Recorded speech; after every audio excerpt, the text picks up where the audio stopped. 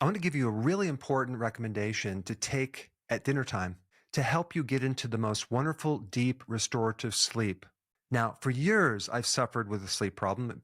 It pretty much started after basic training when I was forced to wake up at 4 o'clock every morning for 3 months. And after that, somehow my body was trained. I could not sleep past 4 o'clock for many years. So I would just go to bed early. But I was still only getting about 6 to 6.5 hours of sleep for years. And I would always just cope by napping and try to get more sleep. But it wasn't until I got 8 hours of consistent day after day sleep that I discovered for myself how important this sleep is. Now, if we dissect your sleep, we have several situations. We have people that can't get to sleep. There's people that get up through the night and have to urinate very frequently. Sleep apnea, restless leg syndrome. Every single one of those problems I just mentioned can be resolved by this one remedy, and that is vitamin D. Usually you cannot fix your sleep by taking regular amounts of vitamin D. In fact, if you look at some of the studies that don't show that vitamin D can help your sleep, they're just using very, very tiny amounts. You know, people are concerned with the toxic effect of vitamin D, but there's a way to counter that very easily. Also, vitamin D can fix a lot of problems in your gut, believe it or not to mention all the different connections with vitamin D in your immune system. Vitamin D also works with magnesium. Those two are kind of partners in their ability to work together. And magnesium is behind all sorts of problems with cramping, heart palpitations, restless leg syndrome, higher levels of cortisol, which prevent your sleep. And a lot of people sleep better when they take magnesium before you go to sleep. But if you have restless leg syndrome or cramps and you're taking magnesium and it's not working, it could be because you need more vitamin D. And then we get into the powerful effect that vitamin D has with inflammation. It's one of the most powerful anti-inflammatories. And also when you sleep better, your blood sugars will be better. If we take a look at all the things that can improve your health, we have diet, exercise, sleep. I think sleep is at the top of the list. You're basically the circadian rhythms of your body that's controlled by a little bundle of nerves deep in your brain in the hypothalamus. There's receptors for vitamin D in that nerve bundle. And this is why, for example, when you get jet lag and it throws off your rhythm, the antidote is vitamin D. An obese person needs 3 times as much vitamin D as a thin person because vitamin D gets diluted. The same thing with the diabetic. The same thing as you age. Now, if you get your vitamin D tested, and you can even buy these little kits that measure your vitamin D, and I'll put a link down below of the company that I use. I buy the kit, I measure my own vitamin D, and when you get the results, if it's below 40 nanograms per milliliter, you're going to have all sorts of issues. You need levels that are like 70, 80, 90, or even 100, or even a little bit more to create a therapeutic benefit. Vitamin D is not really a vitamin. It's a hormone. And so if you're focused on taking vitamin D to get the hormone to work better, realize that the type of vitamin D that they test in your blood is the inactive version. It doesn't really tell you conclusively if you're getting the vitamin D in the cells. There's a lot of people who have vitamin D resistance who need to take a lot more vitamin D to penetrate that resistance. I would recommend taking at least 30,000 IUs of vitamin D3 for a period of time to start to elevate the vitamin D that you need therapeutically to create an effect on your sleep. I take 50,000 IUs every single day. But this is very important. I drink at least 2.5 liters of water every single day to prevent any type of side effect from this toxicity, which is the calcium issue, calcium in the blood. That's really the only side effect. So if you just maybe cut down on the dairy and you drink more water and you take all the cofactors. So I always take vitamin D with vitamin K2, very important. That prevents the calcium from building up in the blood. And then I also take magnesium. I take zinc as a cofactor. I take vitamin B6 as a cofactor. Now, a couple additional things that I'm going to recommend. If you're trying to sleep, it's best to take that vitamin D with the cofactors at the last meal of the day. You're going to get more absorption that way. Now, some people that take vitamin D before bed, it wakes them up And I really think it's because they're not taking the cofactors, magnesium, zinc, B6, K2. So I would make sure that the temperature of your room is slightly cooler. That seems to help me. I crack the window open. I would also make sure that about 2 hours before you go to sleep, you're not exposed to like your cell phones and bright lights. Start dimming down the room with the lights. Now, since this vitamin D toxicity idea comes up so often, you should probably get a little more information on that. And I created a video just for you. Check it out. I'm actually convinced that there's no such thing as a true vitamin D toxicity problem. Now, what I'm not saying is that a person, if they take higher amounts of vitamin D, they won't get some symptoms, but the actual cause of those symptoms, I don't believe is coming from high doses of vitamin D3. I think it's coming from a deficiency of the cofactors for vitamin D, primarily from a magnesium deficiency and a vitamin K2 deficiency, and there's a couple others as well. Now, we know most people are deficient in magnesium going into this.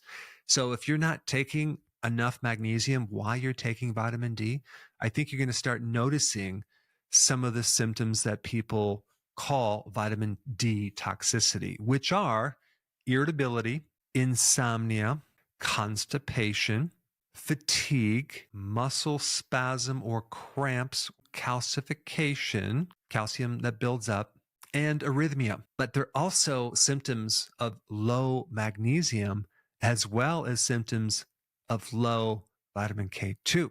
I mean, if you just look at the case studies or some of the studies of vitamin D toxicity, you don't normally see they're taking magnesium with it. They're not taking K2 with it. Many times they're taking vitamin D2, not D3 as well. Now, you don't want to take calcium when you're testing for vitamin D toxicity because the symptom is hypercalcemia, which is too much calcium in the blood. Why would you want to take calcium? Doesn't make sense. Now, I found something interesting on Wikipedia I want to share with you. It said, it is possible that some of the symptoms of vitamin D toxicity are actually due to vitamin K depletion. And they're talking about vitamin K2. And yeah, I think we already knew that. Vitamin K2 is needed to prevent the calcium from building up in the soft tissues. Vitamin D helps increase calcium absorption in the small intestine by 20 times. So now we have all this calcium in the blood. Vitamin K2 comes in there and takes it from the blood into the tissues, preventing buildup of soft tissue calcium. And also magnesium is one of the best antidotes to prevent kidney stones. The toxicity symptoms from vitamin D, I believe, are just lacking the cofactors. And the reason I'm even talking about this is that it's very important to take therapeutic doses of vitamin D to deal with certain conditions. Amount that's recommended by the Mayo Clinic is like 600 IUs. This is ridiculous. When you're out in the sun for about 30 minutes, maybe 40 minutes, you're going to get at least 20,000 IUs of vitamin D3. Now, why would the RDAs be only 600 IUs? And why would someone be nervous or concerned by taking a maintenance dosage of 10,000 IUs per day when you get 10,000 or 20,000 IUs just from being out in the sun?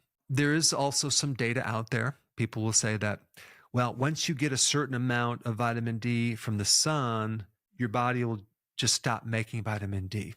I try to find that data. I couldn't find any evidence that being true, but I did find an interesting research article on lifeguards in Israel. And what was interesting, unique about these lifeguards, that there was a 20 times increased risk of getting kidney stones, probably because they got a lot of vitamin D and they didn't have enough K2 or magnesium. Now, let's talk about vitamin D as far as the therapeutic dose for certain conditions, especially autoimmune conditions. Dr. Coimbra from Brazil has an amazing protocol, with thousands of success stories. And he uses between 50,000 to 80,000 to 100,000 to up to 200,000 IUs of vitamin D3 to put these autoimmune cases in remission. And what he does is he just monitors the parathyroid gland, right? Because the parathyroid gland controls calcium. So if you're low in calcium, the parathyroid gland will kind of make up the difference and raise up and start pulling calcium from your bone. So if your parathyroid hormone is high, that means you're low in calcium or low in vitamin D. And if your parathyroid hormone is low, that means you have enough calcium or you have enough vitamin D. And when you get into autoimmune diseases, you have this very unique situation. You may have normal amounts of vitamin D in the blood, but at the receptor, it's not really working for a whole number of reasons. What this doctor does is give you more vitamin D to penetrate through this resistance. And also realize when they do a blood test for vitamin D, they're not measuring what's happening at receptor level. There is no agreed upon amount of vitamin D in the blood as a certain thing that everyone agrees on in the medical profession. In other words, the normal amounts of vitamin D in our blood are still uncertain. We don't really know. There's a very interesting book I just read by Dr. Harold Sheely. He's an ophthalmologist. This is what he said. Anything less than 150 nanograms per milliliter will likely not work because his focus was on the eye. And he would use higher doses of vitamin D to get great results, which is just quite fascinating. Now, you might say, well, if it works so great, why doesn't everyone know about it? Well, because it works so great. Even if you question vitamin D for various remedies, you get attacked. I won't be surprised if I get attacked for this video by other doctors on this topic, but I'm trying to give you all the data to think with it because I think the danger is in the lack of the cofactors for vitamin D more than the D itself. Vitamin D is just really hard to get. You take a 70-year-old and a 20-year-old and you put them out in the sun for a period of time. The 70-year-old will get 75% less vitamin D because their skin is older. So, number one, when you take vitamin D, also take magnesium, also take vitamin K2. Also, boron is a cofactor for vitamin D and magnesium. Zinc is also another cofactor, very important. And lastly, vitamin A. Now that I talked about the toxicity, let's focus in on the therapeutic benefits of vitamin D from this video right here. Check it out.